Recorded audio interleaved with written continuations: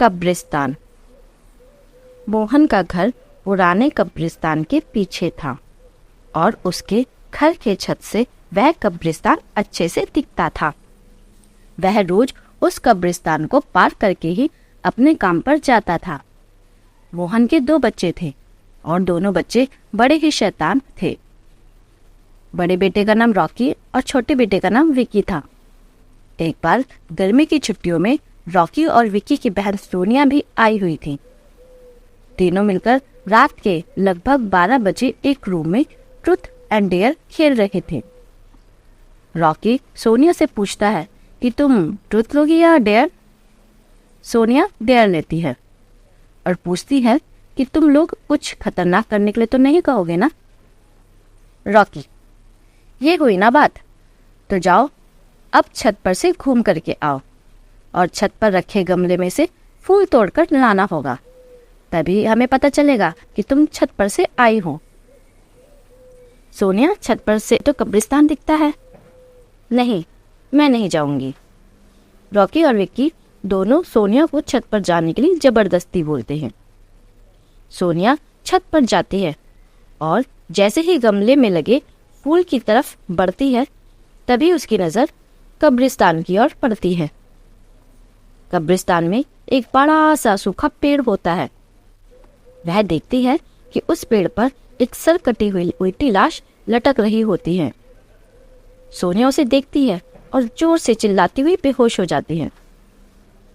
फिर जब सोनिया बहुत देर तक छत पर से नहीं लौटती तो रॉकी और विक्की दोनों डर जाते हैं और वह छत पर जाकर के देखते हैं तो पाते हैं कि सोनिया बेहोश पड़ी है।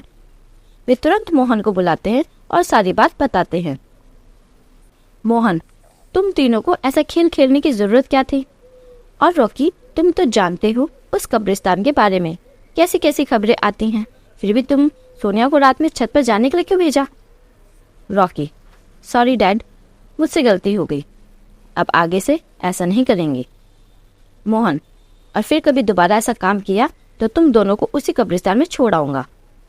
अच्छा सोनिया बेटी, ये बताओ तुमने वहां ऐसा क्या देख लिया था कि तुम वहीं बेहोश हो गई?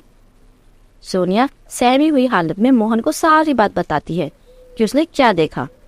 मोहन ने उस कब्रिस्तान के बारे में ऐसी खबर पहले भी सुनी हुई थी, इसलिए वह सोनिया को डांटता नहीं है और बच्चों को संभल कर रहने की सलाह देता है। एक दिन मोहन को काम से छुट्टी मिलने में देर हो जाती है और उस दिन उसे ऑटो भी नहीं मिलता। वह पैदल ही घर की ओर चल पड़ता है। इधर विक्की और रॉकी दोनों आपस में बात करते रहते हैं। रॉकी, विक्की, तुम्हें क्या लगता है सोनिया ने जो कहा वो सच है? मुझे तो लगता है कि वो सिर्फ बातें बना रही है, वो उसका भ्रम होगा। विक्की, अरे नहीं भाई, तुमने उसकी हालत देखी नहीं, एक दिन भी और यहाँ रुकने को तैयार नहीं हुई। मुझे लगता है कि उसने सच में कुछ देखा होगा।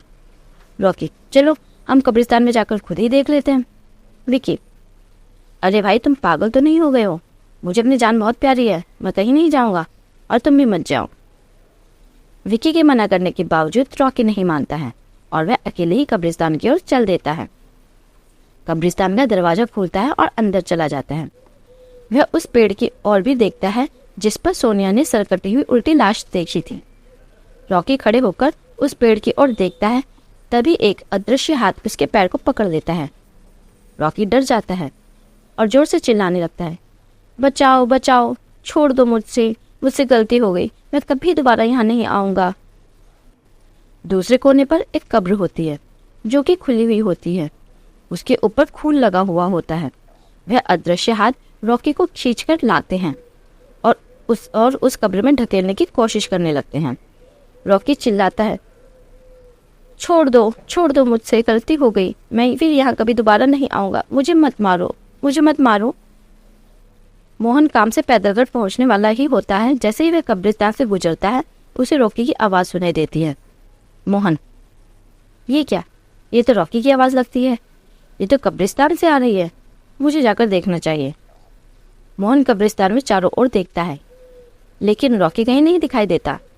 वह घर लौटकर आ जाता है और विक्की से पूछता है कि रॉकी कहाँ है। विक्की, पापा, मेरे बार बार मना करने के बावजूद भी रॉकी कब्रिस्तान में चला गया।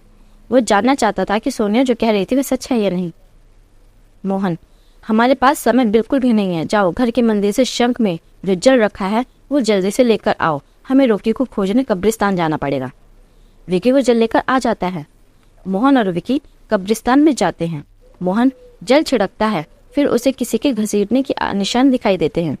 वह समझ जाता है और फिर उस निशान का पीछा करते हुए उस कब्र तक पहुंच जाता है। मोहन कब्र के आसपास वो जल छिड़कता है। कब्र से अजीब अजीब सी आवाजें आती है। विकी बहुत डर जाता है। मोहन, मुझे लगता है कि श्रापित प्रेत आत्माओं ने रॉकी को इस कब्र के अंदर कैद कर लिया है। हमें जल्दी ही इसे निकालना होगा। तुम ये पवित्र जल आसपास छिड़कते रहो, इससे वो प्रेत आत्माएं कोई नुकसान नहीं पहुंचा पाएंगी। मैं कब्र को खोलने की कोशिश करता हूँ। मोहन उस कब्र को खोलने की बहुत कोशिश करता है। अंत में वह कब्र खुल जाती है। उसके अंदर रॉकी लथपथ बेहोश पड़ा होता है। मोहन रॉकी को लेकर हॉस्पिटल जाते हैं। उसकी हालत बहुत गंभीर होती है। उस दिन के बाद मोहन उस घर को छोड़कर शहर से दूर एक दूसरे घर में अपने पूरे परिवार के साथ रहने चला जाता है। दोस्तों, अगर आपको हमारी कहानी पसंद आए तो प्लीज़ हमारे चैनल को लाइक कीजिए एंड सब्सक्राइब कीजिए। Thank you.